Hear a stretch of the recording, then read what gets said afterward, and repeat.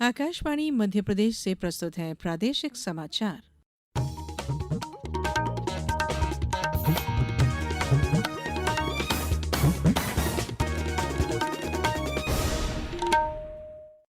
नमस्कार, समाचारों के साथ मैं धारणा सचदेव। सबसे पहले इस बुलेटिन के मुख्य समाचार। रक्षा मंत्री राजनाथ सिंह ने चेतावनी दी है कि सर क्रीक क्षेत्र में पाकिस्तान के किसी भी दुस्साहस का करारा जवाब दिया जाएगा। प्रदेश में कल से भावांतर योजना के तहत सोयाबीन उत्पादक किसानों का पंजीयन होगा शुरू। राष्ट्रपिता महात्मा गांधी और पूर्व प्रधानमंत्री लाल बहादुर शास्त्री की जयंती पर श्रद्धांजलि देते हुए देशवासियों ने उनके आदर्शों पर चलने की शपथ ली। और प्रदेश में भी हर्षोल्लास से मनाया जा रहा है बुराई पर अच्छाई की जीत का प्रतीक दशहरा। अब समाचार विस्तार से। रक्षा मंत्री राजनाथ सिंह ने आज चेतावनी दी कि सर क्रीक क्षेत्र में पाकिस्तान के किसी भी दुस्साहस का ऐसा निर्णायक जवाब दिया जाएगा जिससे इतिहास और भूगोल दोनों बदल जाएंगे। श्री सिंह ने विजयादशमी के अवसर पर कच्छ स्थित लक्की नाला सैन्य छावनी में आयोजित सेनाओं के क्षमता अभ्यास में भाग लिया। रक्षा मंत्री ने शस्त्र पूजन समारोह में भी भाग लिया। साथियों, भारत की सीमाओं की रक्षा भारतीय सेनाएं और बॉर्डर सिक्योरिटी फोर्स मिलकर मुस्तैदी से कर रही हैं। अगर सरक्रीक इलाके में पाकिस्तान की ओर से कोई भी हिमाकत की गई तो उसे ऐसा करारा जवाब मिलेगा कि इतिहास और भूगोल दोनों बदल जाएंगे। मेरे साथियों, और 1965 की जंग में भारत की सेना ने लाहौर तक पहुंचने का सामर्थ्य भी दिखाया। आज 2025 में पाकिस्तान को याद रखना चाहिए कि कराची का एक रास्ता क्रीक से ही होकर गुजरता है। प्रदेश के सोयाबीन उत्पादक किसानों को लाभान्वित करने के लिए राज्य सरकार द्वारा फिर से भावांतर योजना शुरू की जा रही है। भावांतर योजना के लिए निर्धारित प्रक्रिया के अनुसार प्रदेश में ई उपार्जन पोर्टल पर पंजीयन का कार्य 3 अक्टूबर से प्रारंभ होगा। योजना 24 अक्टूबर से प्रभावशील होगी। आधिकारिक व्याप्ति के अनुसार पंजीकृत कृषक और उनके रकबे के सत्यापन की प्रक्रिया राजस्व विभाग के माध्यम से होगी। किसानों के भावांतर की राशि पंजीयन के समय दर्ज बैंक खाते में सीधा हस्तांतरित की जाएगी। प्रधानमंत्री नरेंद्र मोदी की ओर से घोषित जीएसटी भारत उत्सव पिछले महीने की 22 तारीख से शुरू हुआ और इससे समाज के हर वर्ग को लाभ मिल रहा है। अगली पीढ़ी के जीएसटी सुधारों से भारत की अप्रत्यक्ष कर प्रणाली को सरल बनाने की दिशा में नया अध्याय शुरू हुआ है। इन सुधारों ने विभिन्न वस्तुओं और सेवाओं में कर की दर में कटौती से लोगों को काफी राहत प्रदान की है। कृषि मशीनरी और उर्वरकों पर जीएसटी सुधारों के प्रभावों पर प्रस्तुत है ये विशेष रिपोर्ट।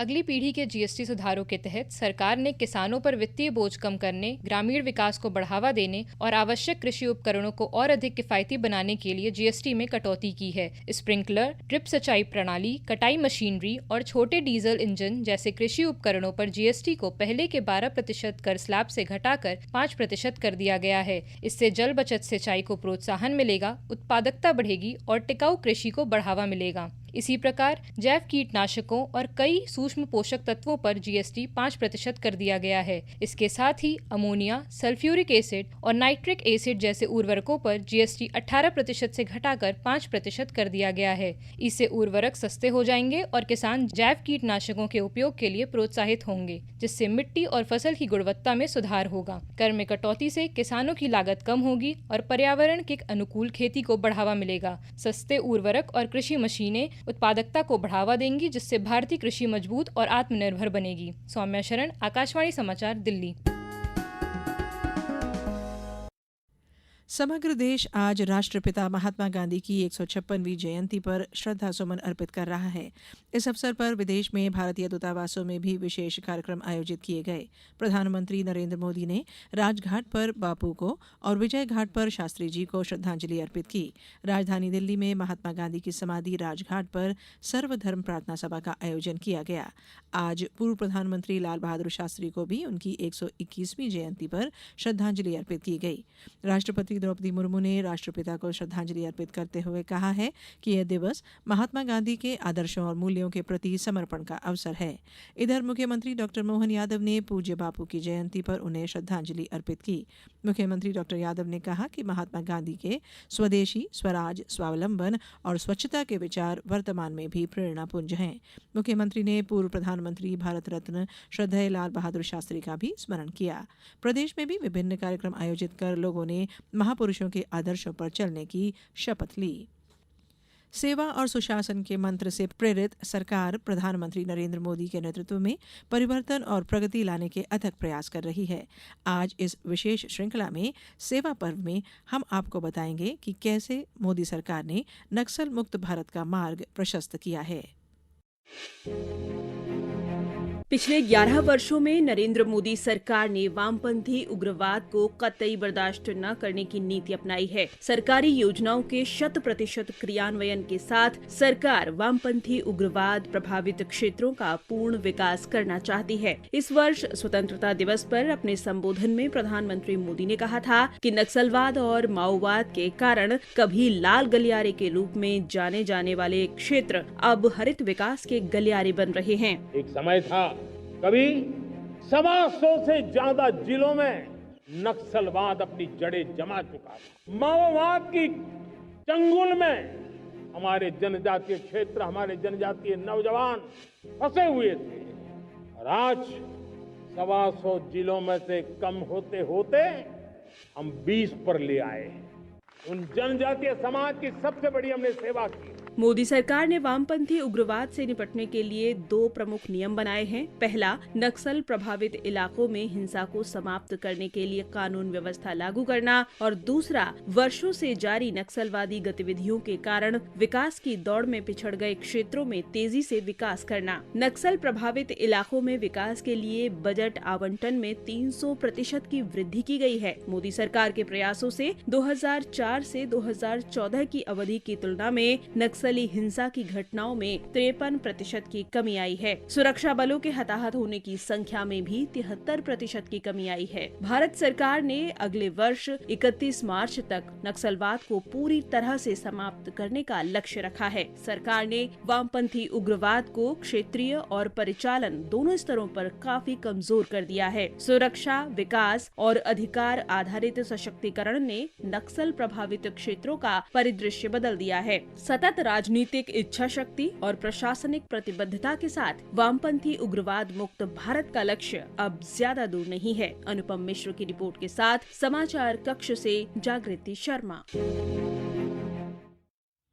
विजयादशमी का पर्व आज आस्था और उल्लास से मनाया जा रहा है। यह दिन नवरात्र अनुष्ठान और दुर्गा पूजा के समापन और बुराई पर अच्छाई की विजय का प्रतीक है। राष्ट्रपति द्रौपदी मुर्मू और प्रधानमंत्री नरेंद्र मोदी ने विजयादशमी के अवसर पर देशवासियों को शुभकामनाएं दी। मुख्यमंत्री डॉक्टर मोहन यादव ने महापर्व विजयादशमी की प्रदेशवासियों को हार्दिक बधाई और शुभकामनाएं दी हैं। उन्होंने कहा कि ये पर्व हमें यतो धर्मस्ततो जय का स्मरण कराकर सदैव धर्म, सत्य और न्याय के मार्ग पर चलने की अथाह प्रेरणा देता है। आज दशहरे के पावन पर्व की पूरे प्रदेशवासियों, देशवासियों को मेरी अपनी ओर से बहुत बहुत बधाई। ऐसा कहते हैं कि 17 लाख साल पहले भगवान श्री राम ने आज ही के दिन रावण पर विजय प्राप्त करके राम राज्य की एक तरह से शुरुआत की थी और आज ही के दिन एक मान्यता और भी है, माँ जगदम्बा ने महिषासुर का वध करके भी दशहरे की शुरुआत की। मेरी अपनी ओर से बधाई। दशहरे के मौके पर आज आगरमालवा जिले के ग्राम तनौड़िया में मिट्टी के मटकों से बने रावण, कुंभकर्ण और मेघनाथ के पुतलों को पत्थरों के मारने की करीब 550 वर्ष पुरानी परंपरा का निर्वहन किया गया। शिवपुरी में राष्ट्रीय स्वयंसेवक संघ द्वारा पंथ संचलन का आयोजन हुआ। इस पंथ संचलन में संघ के स्वयंसेवक शामिल हुए। भोपाल में विजयदशमी के पर्व पर नेहरू नगर पुलिस लाइन में परंपरागत तरीके से विधि विधान के साथ शस्त्र पूजन का कार्यक्रम हुआ और अनूपपुर पुलिस लाइन में भी आज विजयदशमी के अवसर पर शस्त्र पूजन का आयोजन किया गया। अब कुछ समाचार संक्षेप में। केंद्रीय गृह मंत्री अमित शाह ने महात्मा गांधी की जयंती के अवसर पर आज नई दिल्ली स्थित खादी ग्रामोद्योग भवन में जीएसटी बचत उत्सव के अंतर्गत खादी और ग्रामोद्योग उत्पादों पर राष्ट्रव्यापी छूट का शुभारंभ किया। विजयदशमी के पावन पर्व पर केंद्रीय मंत्री doctor Virendra Kumar Chhatarpur police line में शस्त्र पूजा में शामिल हुए। मुख्यमंत्री डॉक्टर मोहन यादव ने विजयदशमी के अवसर पर नागरिकों की सुरक्षा और यातायात सुगमता के लिए इंदौर पुलिस द्वारा तैयार किए गए AI based chatbot safe clip को लॉन्च किया। खाद्य नागरिक आपूर्ति और उपभोक्ता संरक्षण मंत्री गोविंद सिंह राजपूत ने सागर पुलिस लाइन में परंपरागत तरीके तरीके से शस्त्र पूजन किया और अशोकनगर में कलेक्टर और एसपी सहित जनप्रतिनिधियों ने शस्त्र पूजन किया। इस बुलेटिन में इतना ही। अगला बुलेटिन सुनिए सुबह 7:10 पर। नमस्कार।